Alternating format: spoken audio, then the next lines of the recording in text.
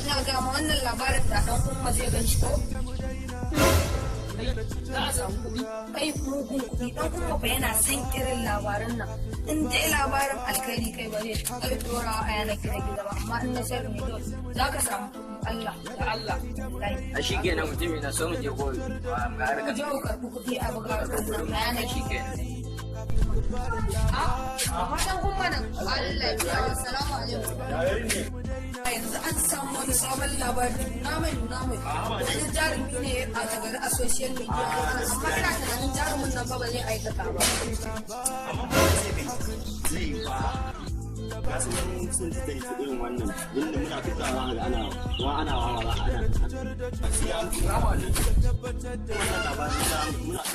ba shi mana a nan ido ka kawar labaran kogi suna da illa ba da wasa ba na rantsi da Allah da labaran kogi za a yi ta da yaki zan iya rasa ka rasa koki ni dinnan na san wani mutumi wanda